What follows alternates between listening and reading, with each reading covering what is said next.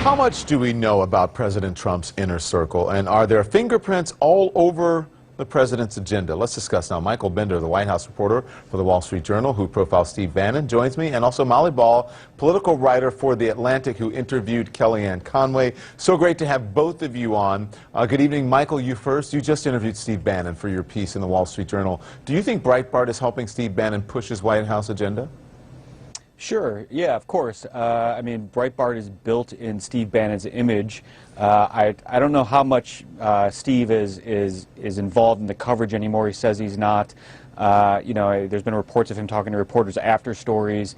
But listen, these are people that Steve Bannon hired for a specific reason, and they're still in place doing the job he hired them to do. So sure, yeah. I mean, I think largely they're helping push the Trump agenda. I do think that their sort of attacks on Paul Ryan and Reince Priebus aren't necessarily helpful to Steve.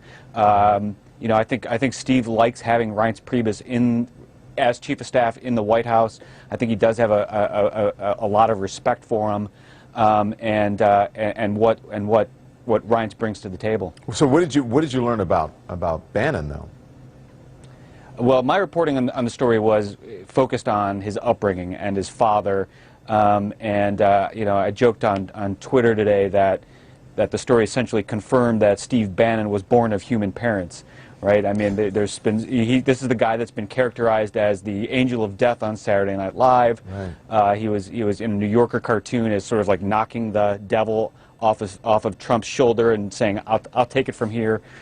You know, it's a little more complex than that. It's a little more nuanced. So I spent some time in Richmond with Steve's dad. He's 95 years old.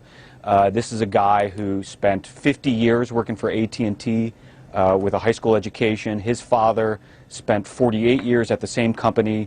And what was interesting to me was that you know, Steve very much believes in this "Make America Great" idea, right? This sort of call back to an era of the 1950s, and kind of the stability of his dad's adult life that Steve himself has never had, right? I mean, Steve was in the Navy, he was at Goldman, he was at Harvard, he ran Biosphere 2, he dabbled in penny stocks, he was a Hollywood producer, he ran Breitbart.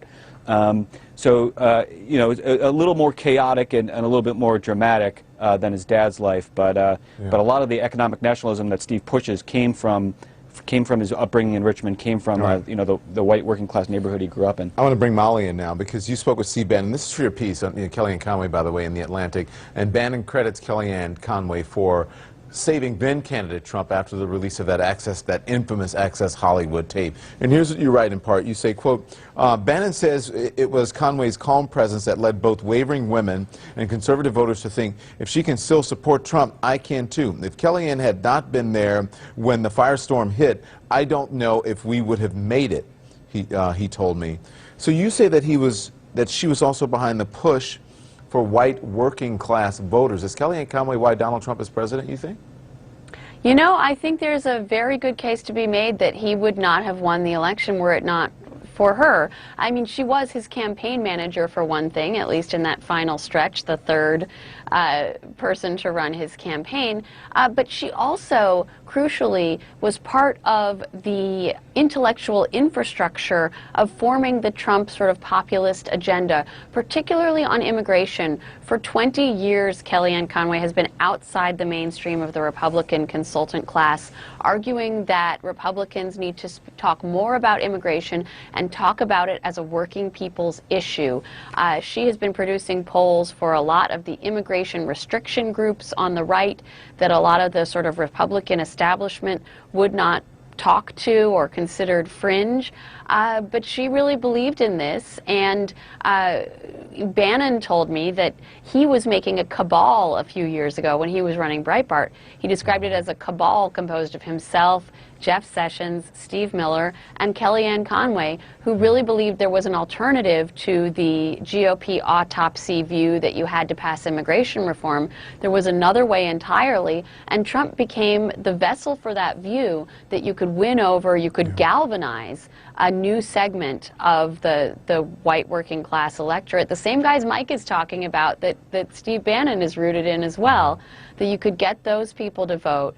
by talking particularly about the immigration But issue. one wonders now if she is hurting not the campaign but the administration, because she makes headlines with these things. You said the word alternative, and the first thing that came to my head was alternative facts. And you know the whole microwave thing. Sean Spicer responded to that today. Watch this. Does the president believe that he was surveilled through microwaves and televisions? I'm not going to. I will just say the president has tweeted about this. He's pretty clear that he believes that there was surveillance that was conducted during the 2016 election. And we're going to wait for the conclusion of that. I think there's pretty sound evidence that that the microwave is not a sound way of surveilling someone, and I think that has been cleaned up. It was made in jest, so I think we can put that to rest. Okay, he said it was made in jest. She was pretty serious when she said it didn't seem like it was a joke at all. But what do you think? They've been controversial. It doesn't seem to have hurt her within the administration, but certainly outside of the administration. What do you think?